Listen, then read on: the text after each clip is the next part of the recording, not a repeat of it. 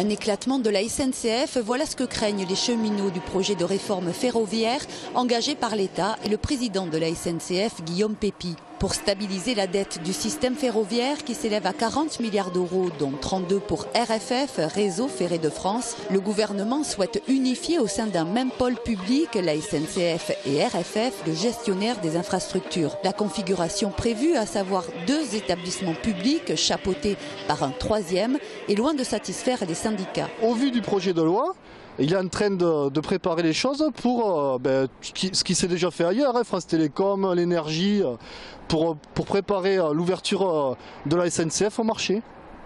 En tout cas, les parties les plus rentables.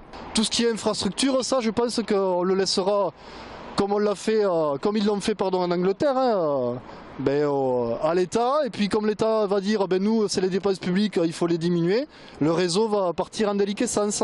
Bien que la direction de la SNCF ait déclaré que les niveaux d'embauche resteraient très élevés en 2014, évoquant 8000 nouveaux postes pérennes, les syndicats estiment que le financement de la réforme n'est pas assuré et craignent qu'elle ne se fasse sur le dos des cheminots et au détriment de la sécurité. Vous savez, aujourd'hui, on est arrivé à un réseau qui sature totalement, où la sécurité n'est pas bien avant.